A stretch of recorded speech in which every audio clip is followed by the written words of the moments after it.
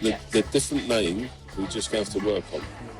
When you deal with Eastern Europeans, Russians, they can change their name slightly, which gives them a different identity.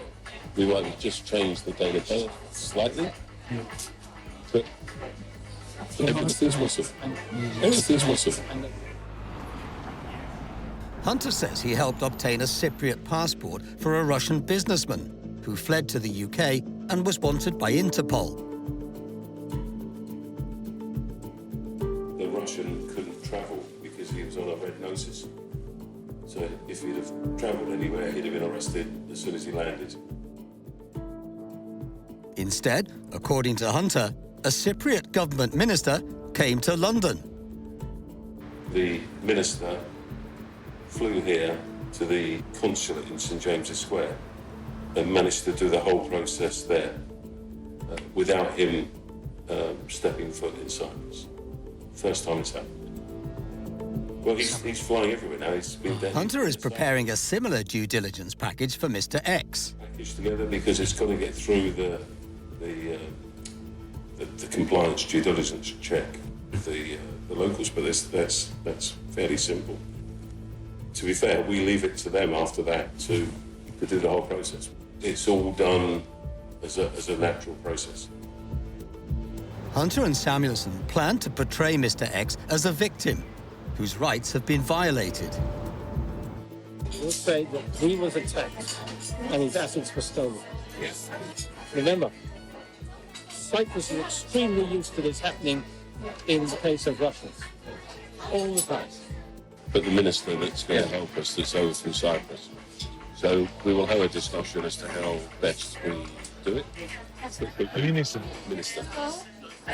And he's been consulted with on everyone that I've dealt with. And the guys that actually live in Cyprus that I deal with, Tony and Chris, they consult with him all the time, all unofficial, but he just helps streamline things. Tony Kay is an estate agent who connects Cyprus's property business with the island's citizenship by investment program. Chris refers to Christakis Giovanni, a member of the Cypriot Parliament. We are not told the name of the minister. The people are genuine and real and at the highest level. The good thing is we're dealing with the government, with the top of the government. And it's just a question of how much will it cost. The Cyprus investment program allowed foreigners to obtain a European Union passport for a $3 million investment. Under Cypriot law, convicted criminals, or those facing criminal charges, were barred from receiving citizenship. An email spells out how much Mr. X must pay to receive his passport.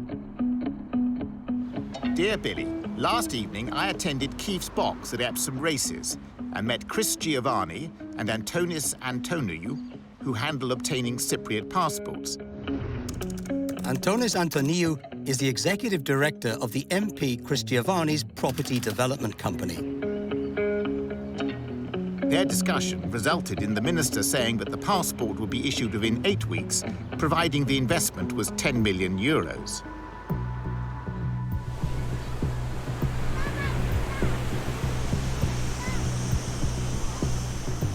In Cyprus, our undercover reporters discover that the additional $7 million payment is not through the official scheme. Where there are problems, it costs more money to achieve these things. Tony Kay is the estate agent. So what we will do is find out who has to be spoken to, who has to be paid. A series of enablers greet our undercover reporters based on Hunter's word. Keith is a good friend and I've worked with him for many years. Tony's wife, Denise, is the sister of former England and Arsenal captain Tony Adams. She's been involved in selling England match tickets at inflated prices. Another business collapsed with huge debts. I think it's good if we have an introduction because you know the due diligence has been done on each other. Yeah. Billy and Angie are taken to meet the MP, Christakis Giovanni. Billy, we can speak here because there's nobody here. I've explained to Christakis the position of our clients. We help people take a passport, and why not? The MP owns one of Cyprus's largest property development businesses. But I think we have the way.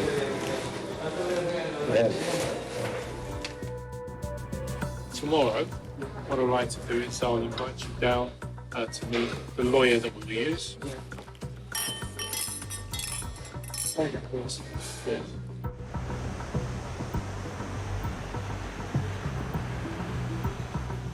We have conviction. We will need to find ways to overcome this problem. Andreas Pitagis works closely with Giovanni. Giovanni has a lot of power, he's an MP. I have seen him perform next to miracles, not miracles, but next to miracles. When we know the angels, we don't need God.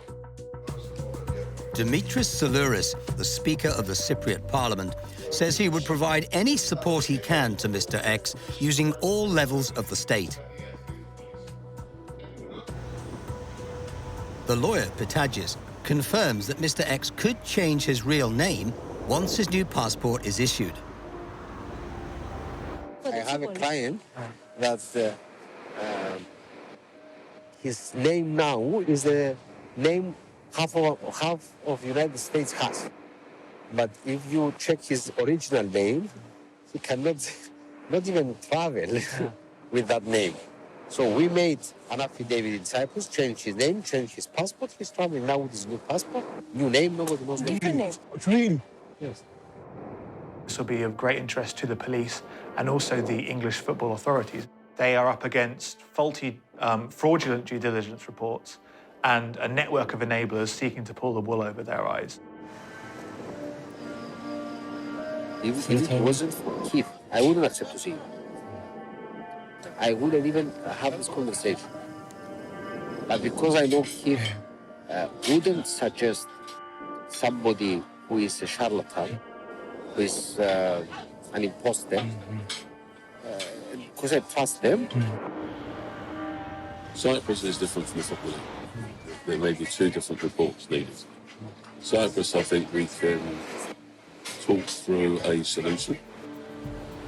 For the football league, we have to put a spin on it. I do not want to have to tell the Football League about the Chinese issue unless I have to, and I don't think we need to. And then what we give the Football League is the minimum which they have to have in presented in the right way. We're all managers, we're just manufacturing. So I'm an expert. When I did the Aston Villa application, I wrote the whole thing myself. But I took the information I needed and left the rest out.